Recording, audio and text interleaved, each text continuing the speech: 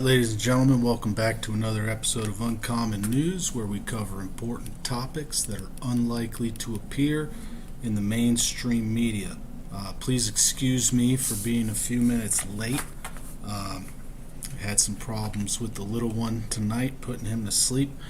Anyways, in today's video, we're going to go ahead and talk about New Mexico's health emergency declaration. We're also going to be looking at the emergency order, okay, reviewing the scope of the governor's new emergency powers, pointing out some of the procedural violations that she committed, and we're also going to be looking at some of the deceptive practices that she used in order to declare this fraudulent health emergency. And we're also going to be exploring the potential of Governor Grisham and the New Mexico Health Secretary potentially being criminally charged for conspiracy against rights. So please stay tuned until the end. We're going to talk about quite a bit today. Please bear with me while I set this up. I need to set up the chat. I need to make sure everything is working. So bear with me just a minute, and we will, let's see. Let me check. We'll get started here shortly. I'm going to see if I can go ahead and get the chat brought up. I need some people to give me 5x5, make sure everything's working. Let me see how I just a moment. My channel. Oh wait. All right. I might need to do this a different way. Let me see. Dashboard, content, live. Let's see. Sorry about this, ladies and gentlemen. I should have had this set up earlier. Let me see if I can go in here. And no. All right. I might not be able to get the live chat up here, but we'll go ahead and just start getting into this. So I apologize for that. Let's just go ahead and get into the meat and potatoes of this live stream. So this live stream is mainly going to be for people that live in New Mexico. The people most affected by this are going to be in Albuquerque specifically. Now, yesterday, which was September 8th, New Mexico Governor Grisham declared a public health emergency due to gun violence. When she did this, she assumed health emergency powers and all hazard emergency powers. Those two are different. They are different statutes under New Mexico law, which grant her different emergency powers. So she has emergency powers now for a health emergency and for all hazard emergency. So we're going to go ahead and look into the powers of both of those statutes that she now has. And let's go ahead and start by taking a look at the executive order. So this is the executive order, State of New Mexico, Executive Order 2023-130, declaring state of public health emergency due to gun violence.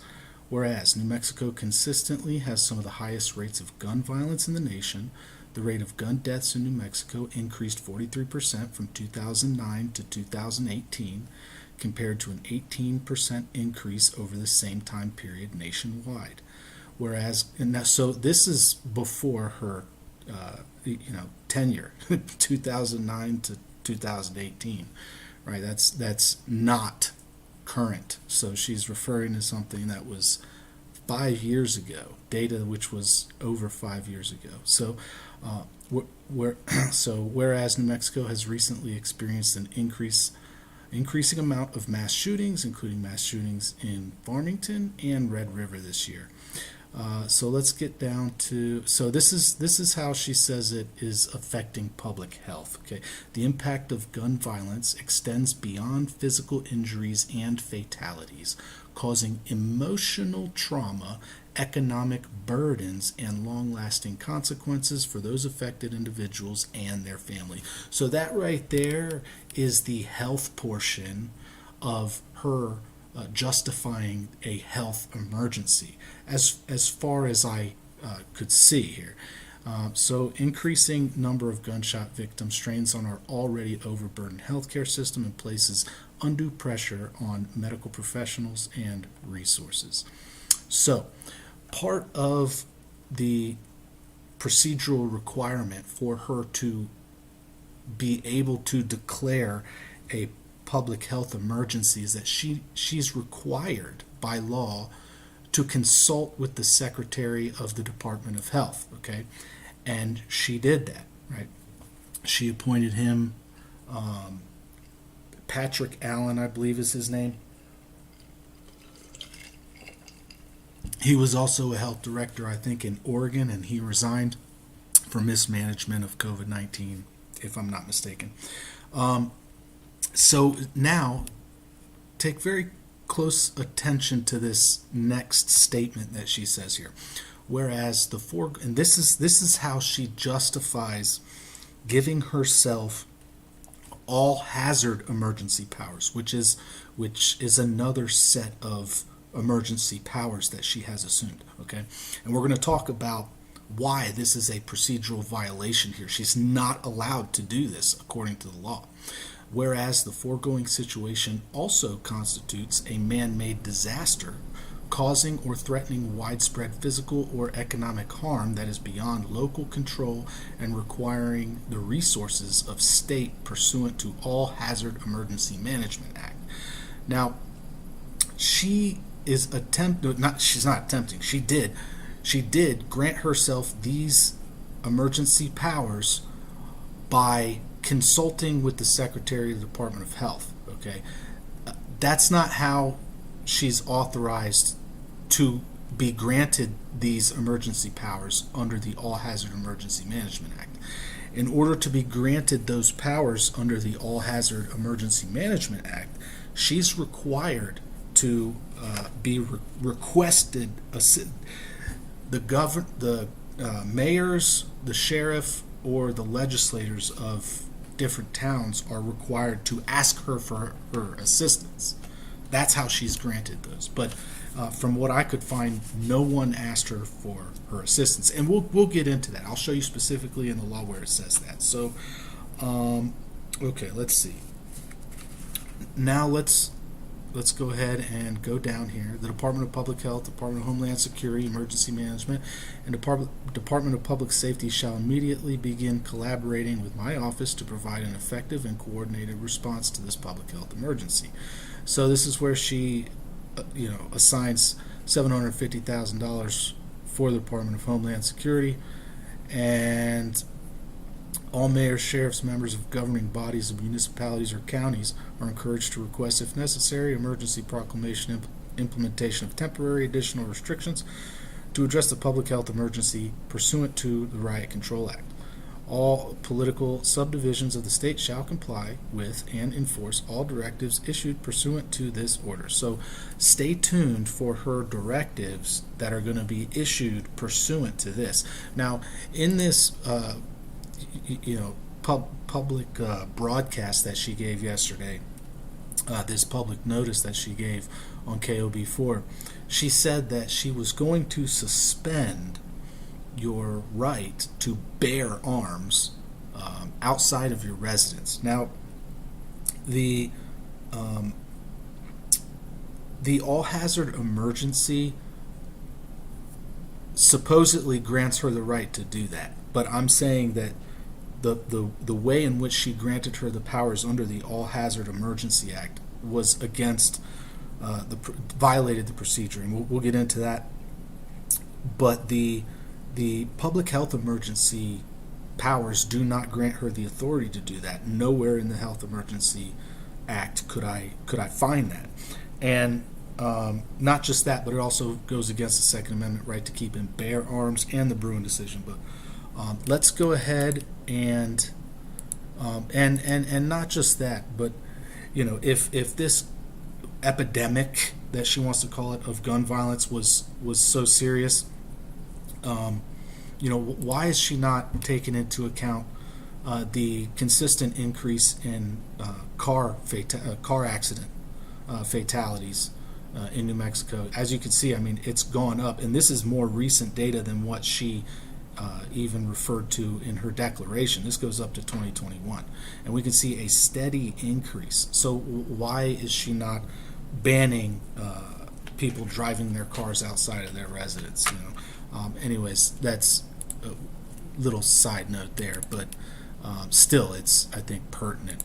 Okay, so here is this is a summary of the Public Health Emergency Act. Here's a summary of it right here. But we'll instead of looking at the summary, we'll look at the actual text itself. We're going to go here to NewMexico1source.com, where you can see the entire statute, all of the current New Mexico statutes. Now, the pertinent statute that we're going to be looking at here is Chapter 12. This is miscellaneous public affairs matters, specifically Article 10A. So we're going to go ahead and start scrolling through this, and we're going to look at her emergency powers, the emergency powers that she has granted herself.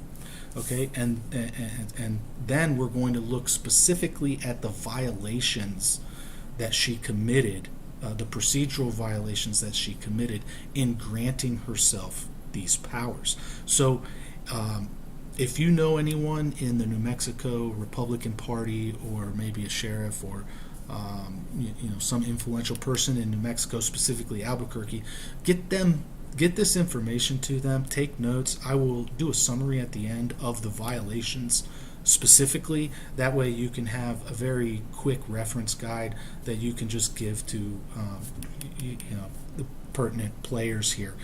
We really need to start pushing back against this type of authoritarianism. Until we really start bringing legal teeth, so to speak, to these infringements, they're gonna continue. This is, in my estimation, a gross infringement on our rights. I do personally believe that this is it was and is a conspiracy against rights. As I am about to attempt to show you, I do think that there was significant deception involved in this health emergency declaration, and that itself, if found in a court of law to be true, then she is at a very serious risk of being criminally charged for this.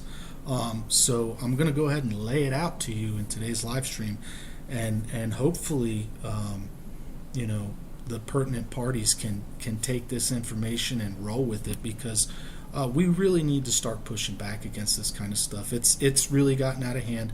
This is all just a political stunt, but it is potentially conspiracy against rights, and I'm going to attempt to prove that tonight's live stream. So let's go ahead and take a look at the Public Health Emergency Response Act. Okay, so starting off with what her powers are, we're gonna start off with what her powers are first. Let's go ahead and do Chapter 12, 10A, 10A, Section 6. Let me go down here to Section 6, Special Powers.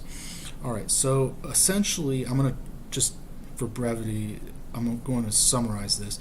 Under A, B, and C, she has the rights now, under this act, to seize facilities, emergency healthcare facilities, and emergency health supplies, and basically ration them out and dictate how things will be done in health care facilities and with the health supplies.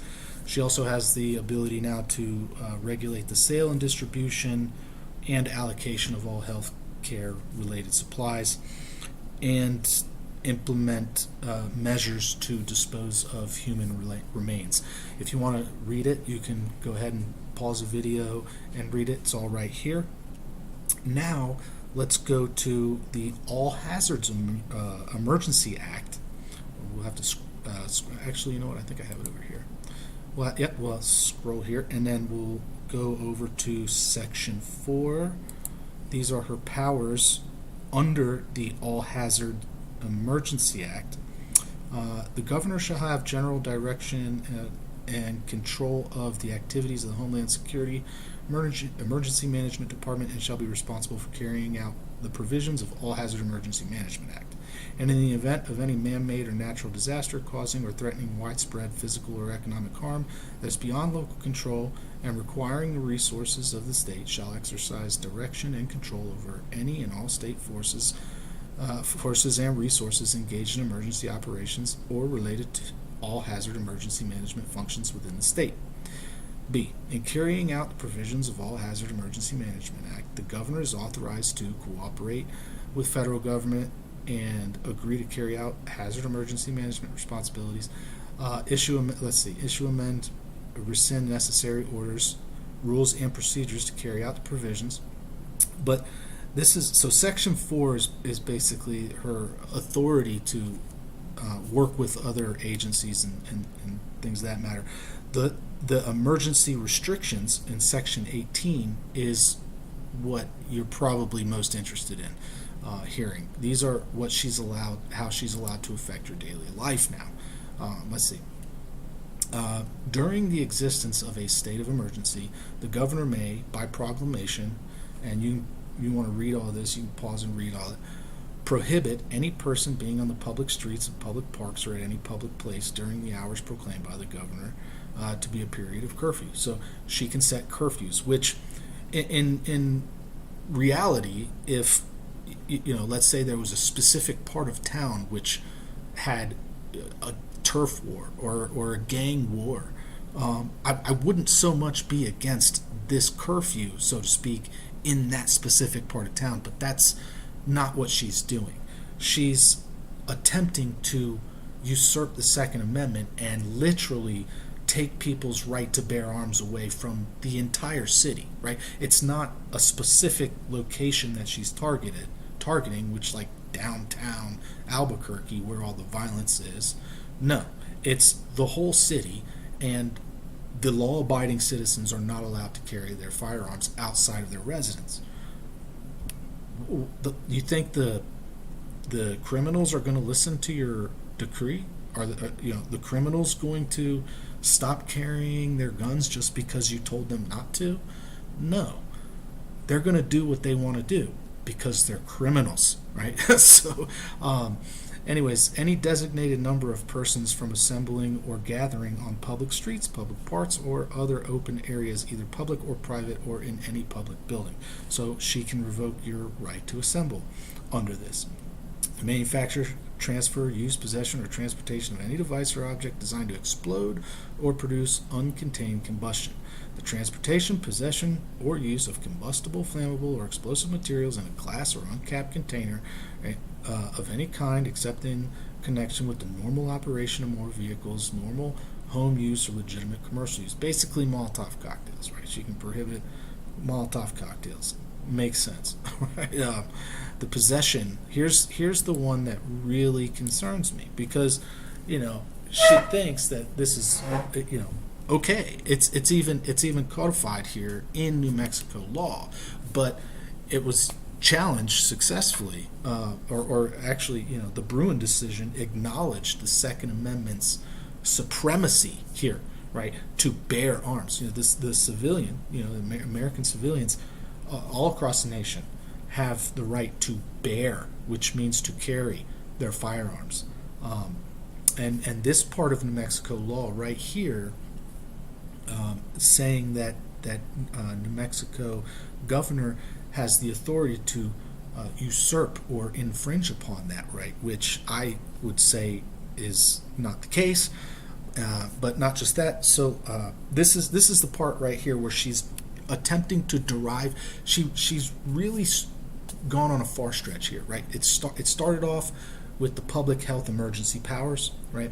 And then from the public health emergency powers, she granted herself these powers which are delegated in an all-hazard emergency, which would essentially be like a real uprising or an invasion, right? So if there was an invasion at the southern border, let's say the CCP got in, which they actually might have, that's what the powers in this emergency, all hazard emergencies are for. It's not, it's not just for the whims of the governor to just willy-nilly say, I want this power, I'm going to get it by back doors if I have to, because that's what she did. She used a back door, which isn't really a back door, it's a brick wall, and I'm going to point that out. I'm going to show you exactly why she was not allowed to do this.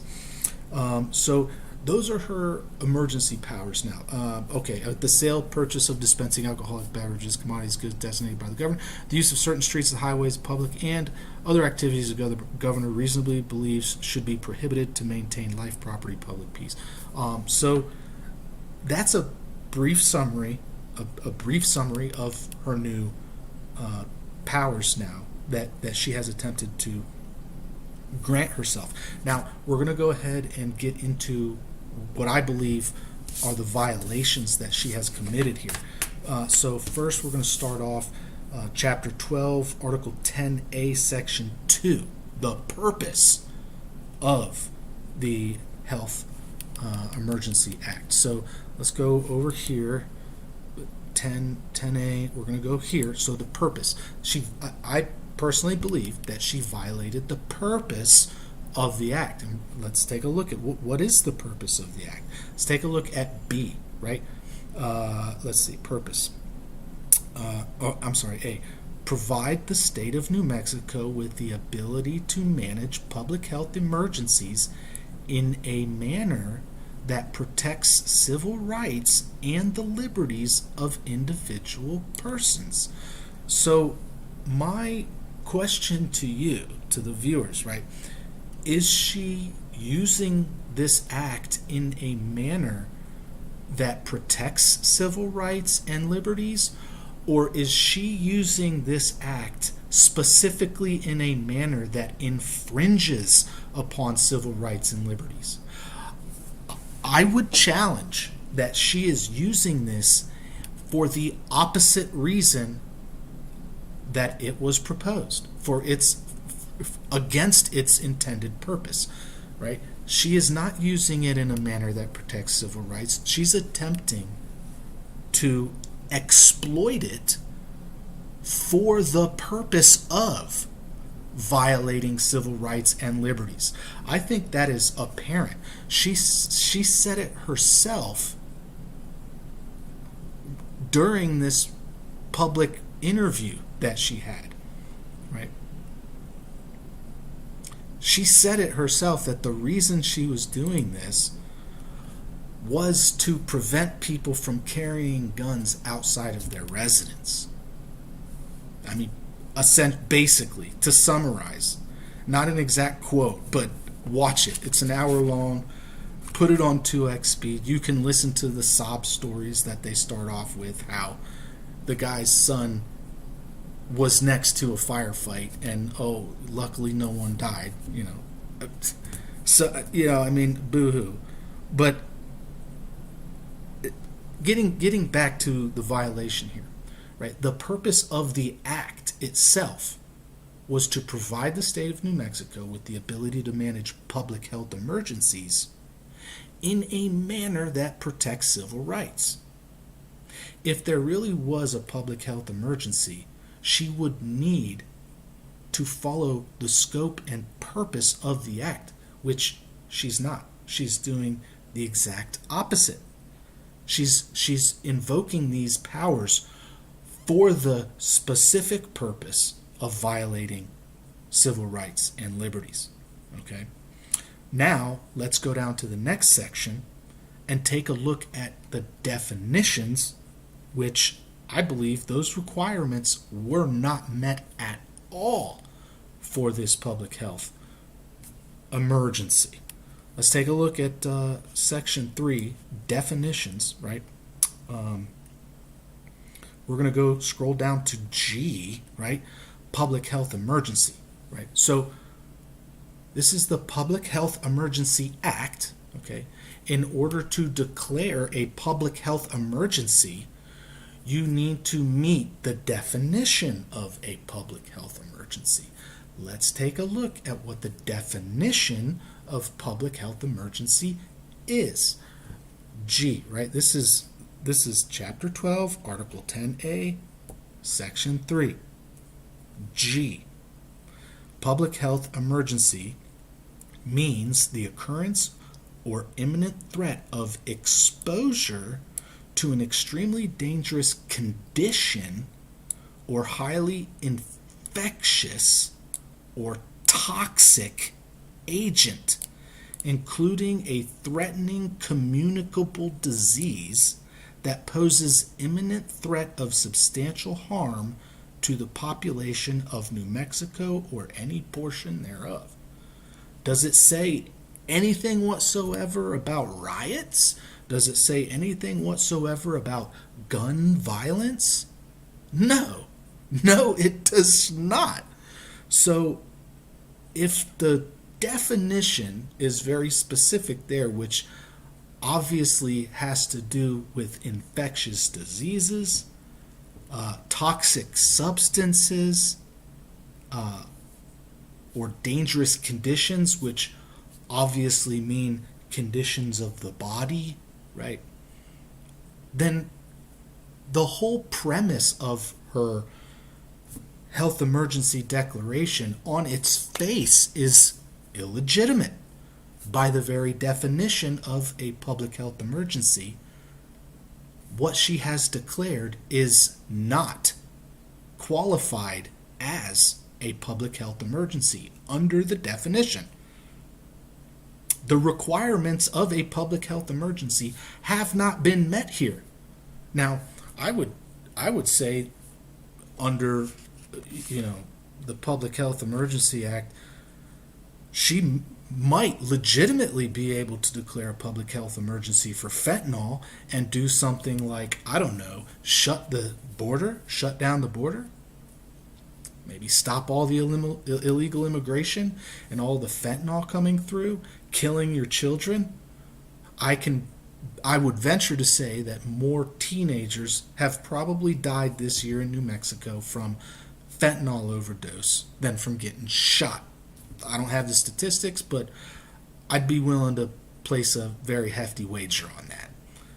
And if she was really serious, she would do that instead of tackling gun violence, or rather infringing on our rights.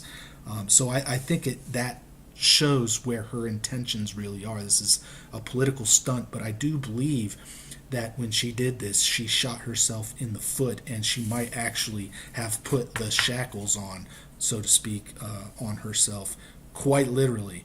So, so we've talked about how she violated the purpose, how she potentially violated the purpose, didn't meet the requirements of the definition. Now let's go to Chapter 12, Article 10, Section 17, the proclamation of a all-hazard emergency. Let's go ahead and take a look at that and how I believe she violated that. So, Section 17. This is, I'll say it again, Chapter 12, Article 10, not 10A. This is the All Hazards Act. This is the proclamation of an emergency. So, in order for her to proclaim that there is an all-hazard emergency, which she did, okay, she declared an all-hazard emergency. I'll point it out again. The foregoing situation also constitutes a man-made disaster, causing or threatening widespread physical or economic harm that is beyond local control, which I don't think it's beyond local control, and requiring the resources of the state pursuant to All Hazard Emergency Act. So, okay, she has declared an all hazard emergency in this health emergency. So, how do you legally or lawfully procedurally declare an all hazard emergency. Upon request of the mayor, upon request of a mayor of a municipality or the sheriff of a county or a majority of the members of the governing body of the municipality or county having jurisdiction, and after finding that a public disorder, disaster, or emergency which affects life or property exists in the state, the governor may proclaim a state of emergency in areas affected.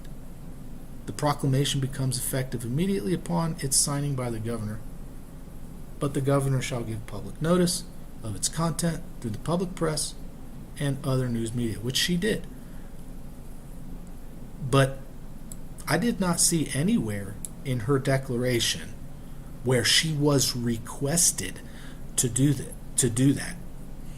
Her justification in invoking these all-hazard powers, which includes the power to force people to keep their guns only on their property, her justification for invoking this was that she consulted the Secretary of the Department of Health.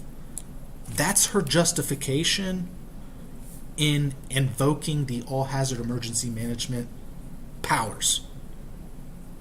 I'm sorry, but when you look at the proclamation of that type of emergency, nowhere does it say that she can invoke those powers by consulting the Secretary of Health. Doesn't say it anywhere. I looked. Maybe I went over it somewhere. Maybe I just didn't see it. But you can read it for yourself. It's right here. It's a very brief paragraph. I mean, there's not too many words there. But when I looked at it here, nowhere do I see that she can invoke these powers by consulting the Secretary of Health. I don't see it. So those powers that she granted herself, in my opinion, are illegitimate on their face. And if you are a law enforcement officer, you ought to be aware of this. And if you are a person in the Republican Party of New Mexico, I am urging you to file criminal lawsuit against not just the governor, but also the Secretary of Health for potentially conspiring against our rights. So, obviously, this was a procedural, in my estimation, this was a procedural violation. She did not declare this upon request. This was declared arbitrarily on her whim, and it very clearly violates not only the Second Amendment, which is supreme in this land. The Second Amendment very clearly says you have the right to bear arms, which means carry. It means to carry. You have a right to carry your arms, and this was acknowledged, right? This was not granted by the Bruin decision. No, this was acknowledged by the Bruin decision, right? So precedence has been set on this time and time again, has she conspired with the Secretary of Health of New Mexico to violate our rights? Has she conspired against our rights, right? Because when you look at everything, the deception, the amount of deception here is outrageous, right? She's not only trying to turn something into a health emergency which is not in the definition, right? So her invoking the Health Emergency Act was out of the scope of this situation, first of all. But then she attempted to invoke the All Hazards Emergency Act, which contains the provision that she wanted to use, using a procedure that is not prescribed in the All Hazard Emergency Act. So this, in my opinion, was a conspiracy. This was a conspiracy, my opinion, to violate your rights. And what is the penalty for that? What is the penalty? 18 U.S. Code 241, conspiracy against rights. If two or more persons conspire to injure, oppress, threaten, or intimidate any person in any state, territory, commonwealth, possession, or district in the free exercise or enjoyment of any right or privilege secured to him by the Constitution or laws of the United States, or because of his having so exercised the same, or if two or more persons, this part's not really pertinent, but they shall be fined under this title or imprisoned not more than 10 years or both, and if death results from the acts committed in violation of this section, or if such acts include kidnapping or attempt to kidnap, aggravated sexual abuse, or attempt to commit, they shall be fined under this title or imprisoned for any term of years of life or both, or may be sentenced to death. So, quite literally, let's go ahead and pick the parts that are pertinent here. All right. If two or more persons conspire to oppress, right, or intimidate any person in any state in the free exercise or enjoyment of any right or privilege secured to him by the Constitution, right, they, speaking about the people that conspired, they shall be fined under this title or imprisoned not more than 10 years, or both. And if death results from the acts committed in violation of this section, the conspirators could be in prison for any term of years, or for life, or both, or may be sentenced to death. Whew, man.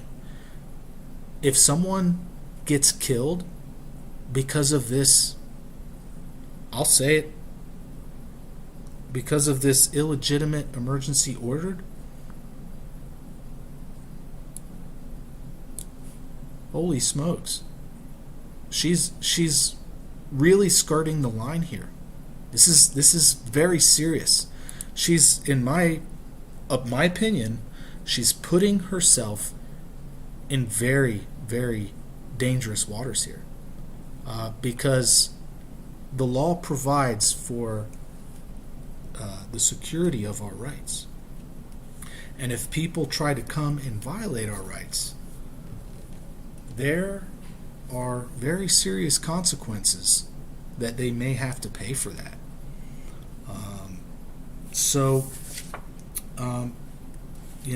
All of that being said, I really think that this begs the question, can the governor and the Secretary of Health be criminally prosecuted for conspiracy against our rights? I tried to lay it out as succinct as I could for you guys. Tried to show you the violations that I think she committed, her new health powers that she's attempted to grant herself. And like I said, I told you I would give you a summary of the violations that I said that she's responsible for. I'll go ahead and summarize them here at the end, and then I'll try to see if I can get to questions. So Chapter 12, Article 10A, Section 2, which is the purpose. The purpose of the act was to protect civil rights and liberties. I believe that she used this act to specifically to violate civil rights and liberties, right?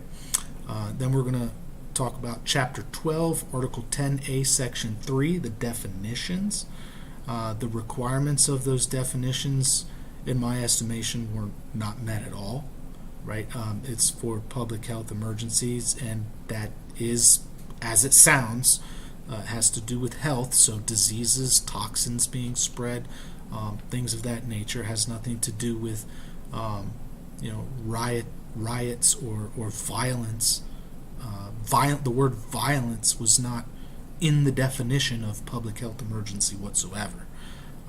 So I do believe that her emergency health declaration did not meet the definition of a public health emergency at all.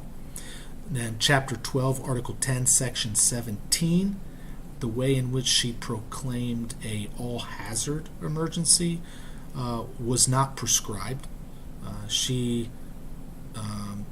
It was a procedural violation the way that she declared it inside of the health emergency.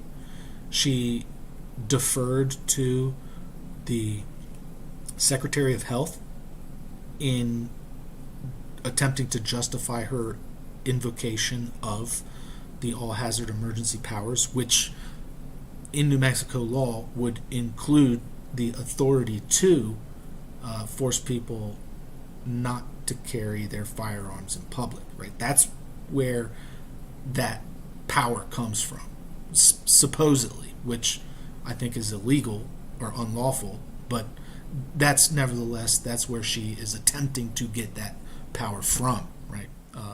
Using backdoors that don't exist, which she declared arbitrarily. And then also, she violated the Second Amendment, right to keep and bear arms, which quite literally means to carry. And the Bruin decision acknowledged that right. So those were, in summary, the violations that I have found. I really appreciate you guys sticking with me through this. We'll go ahead and get to questions here. I'll try to see if I can get to the live chat. Guys, thanks for watching. If you want to support my channel, there's a link in the description box where you can do that, where you can buy me a coffee. I would greatly appreciate that. Put a lot of work and effort into this, and I am all funded by my viewers. So also, please, if you haven't already given the video a thumbs up, please do that. It helps the algorithm, helps the message to get out. And consider sharing the video with your family, with your friends, and people who you think might be interested in watching this video. So let me go ahead and see if I can get to the comments here. I'll just go straight to my live stream, press pause, and then I will take a look at consider sharing at the comments. Let's see. So we've got, let me see how many, we've got 19 people in here. Good to see you guys. Let me scroll up. Matter of fact, let me start off by looking at the OBS. I haven't even brought the OBS software up. Okay, OBS looks good. Everything looked good. Okay, let me scroll up. So, okay, Mindy's there. Stray Kitten, good to see you guys. Let's see. Under Trump, I just remember a really loud, long noise. I was driving down. Okay. 3 is my check-in number. Good to see you, Arnold Schmidt. Thanks for dropping by. 5x5, that's good to know. Pretty much done with the stream, and now I'm getting the 5x5s, but either way, it's good to know. Sheila, good to see you. Stray Kitten, for sure. Yes, New Mexico today, our state tomorrow, probably. Texas is still number 1 for the safest place to live. Oklahoma is 2nd. Alabama is 10th. Yeah, that's probably true. Let's see. But that being said, one must not forget about a place where everyone is safe. Can you name the place? Where is it? Where is it, Arnold? El Paso? That's probably one of the safest cities, even though it's on the border. Texas is the only state that has the right to separate from the Union without any penalty or disadvantage, and the Second Amendment is strongly protected. God has given you the right to protect yourself. That's right, absolutely. Let's see. No questions. I'm not seeing any questions. Let me see. And who is going to decide if you have committed a crime? And don't forget that evidence can be planted in your car without you knowing. That's true. That is very true. Let's see. I'm not seeing any questions, guys. You got any questions for me before we end the stream? Very well done, Doug. Even though I'm not an American, the same crap hole is happening here in Canada. Arnold, I don't know what you're doing in Canada still, but you need to get your butt down here. Come on down. Yeah, you need to immigrate. We need more people like you to, help to push freedom, or take freedom by force, right? So, okay, guys, I'm not seeing any questions here. You guys have any questions for me? I'll keep that up for a couple more seconds, and then we'll go ahead and end the stream. No questions? Maybe I need to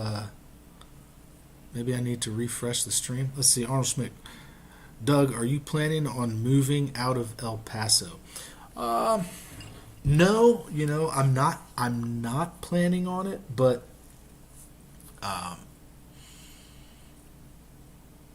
whatever happens.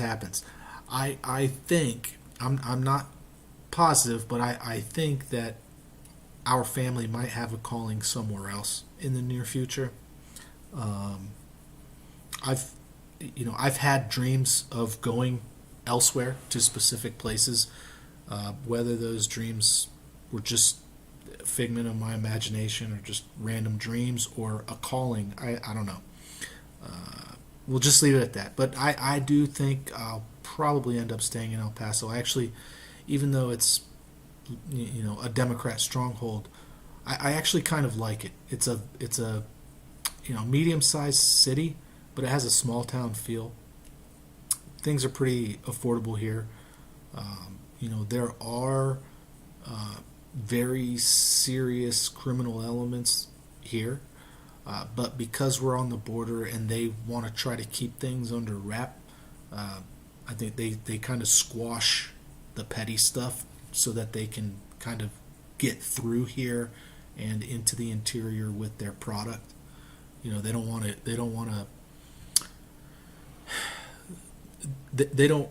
want the light to be shined on them here in El Paso, so to speak. So I think that's one of the reasons why they kind of try to keep the violence to a minimum. But no, it could pop off at any minute.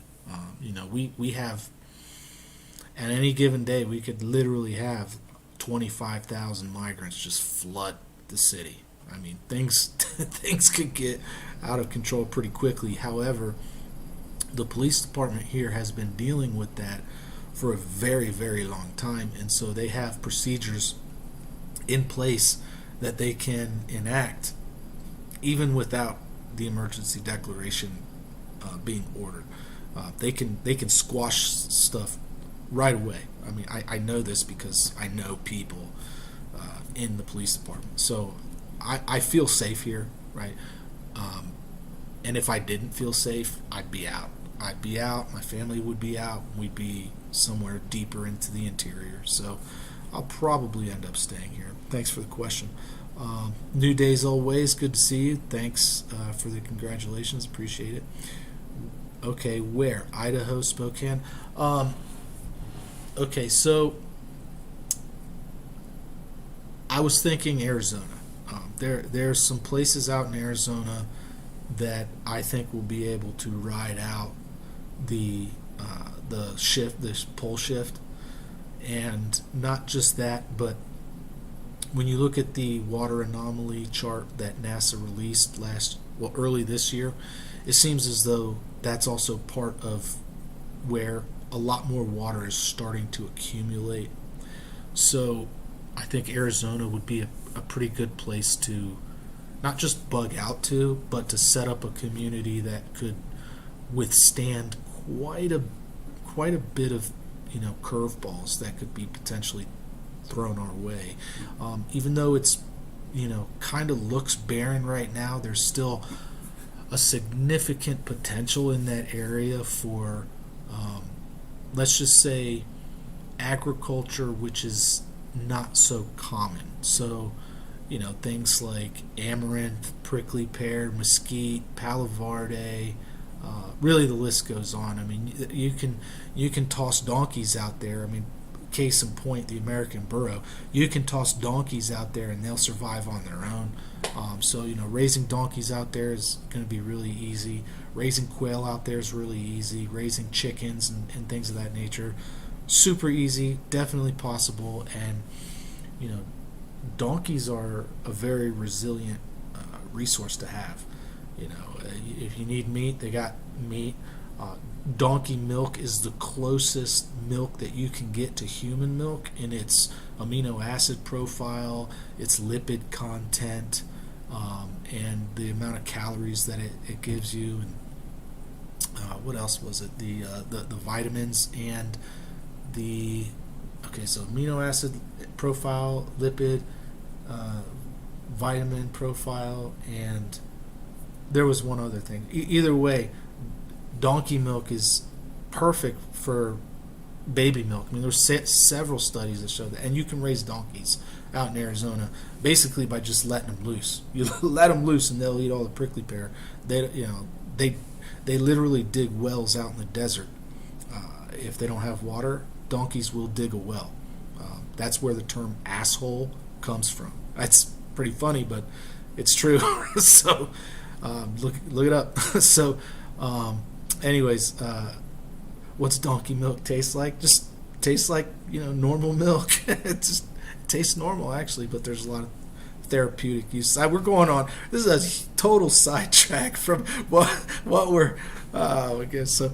You can survive. You cannot survive. You're right. New Days Always. You cannot survive on land without water, but there are very big underground reservoirs. So if you had, let's say, a well, or if you were able to have a big enough cistern out there for the time being, yes, you would be able to sustain yourself. And it's my personal opinion that the accumulation of fresh water is shifting in the United States. Personal opinion, okay?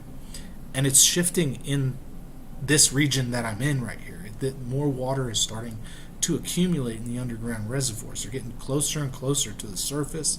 There's more water being dumped here annually, and there's less water in the east. Case in point, look at the Rappahannock now, and look at Mississippi last year. I could be wrong about that, my personal opinion, but I have felt potentially a calling out in Arizona, but whether it happens or not, I don't know. Right now, there's not enough water in some of the places that I would be interested in going to. But yes, there is adequate amount of underground water reservoirs in that area. So let's see. They're so the donkeys are loud. I love it, man. That's who was it? You guys probably don't read some of the apostolic fathers, but I think one of the apostolic fathers talked about how the animals rejoice when they eat certain clean animals, according to Mosaic law. When you feed them, they rejoice because they know who their master is. So when they see you coming, like a donkey, when they see you coming up to them to feed them, they rejoice. They bray because they know who their master is. So it's I really do like them being loud. I think there's some lesson there to learn from the animals. They don't bray just for anyone, right? It's just for me. And even after I've sold some of my animals, they still rejoice at my presence. When they see me, they get excited, and so it's fun. It's all fun. But that was a big sidetrack from what we were going to talk about. So anyways, oh man, so yeah, let's see. Doug, would you eat rattlesnake soup? Yeah, I'd eat rattlesnake soup, but I'm an American. I'm not Asian. Asians are more inclined to eat soup.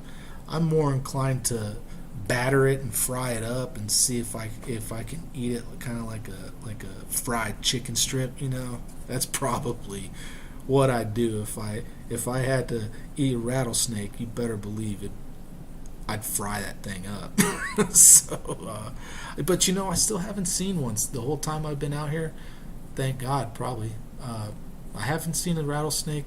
I've only seen one scorpion, and other than that, I mean, I've seen coyote. I've chased them off. I've seen a mountain lion footprint. It was the size of my face. Scared the hell out of me.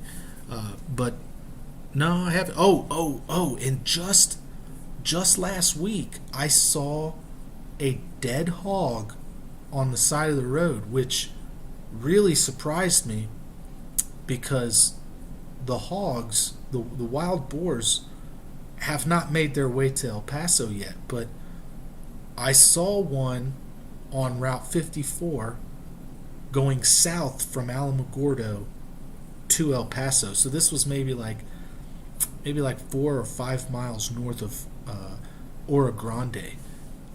The wild boars have made themselves that far out there now. So that's pretty troubling because they devastate the land. And I do think that they are starting to either chase off or hunt the wild goats that are out there, because going up Route 54, I've seen just dead goat after dead goat.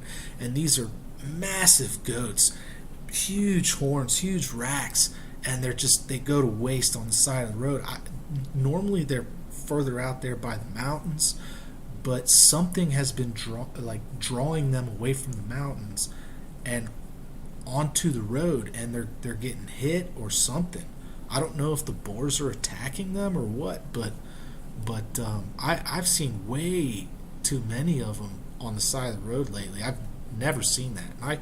I go up and down 54 quite a bit. So, anyways, guys, I don't want to get too sidetracked. The purpose of this video was to spell out the violations that Governor Grisham has made in declaring this not just the public health emergency, but also the all hazards emergency. If you haven't watched the video to see where I lay those things out, please rewind the video, go back and watch it from the beginning. I tried to be succinct with it. If you know someone in the New Mexico Republican Party, please get this information to them, send it to them in a succinct manner.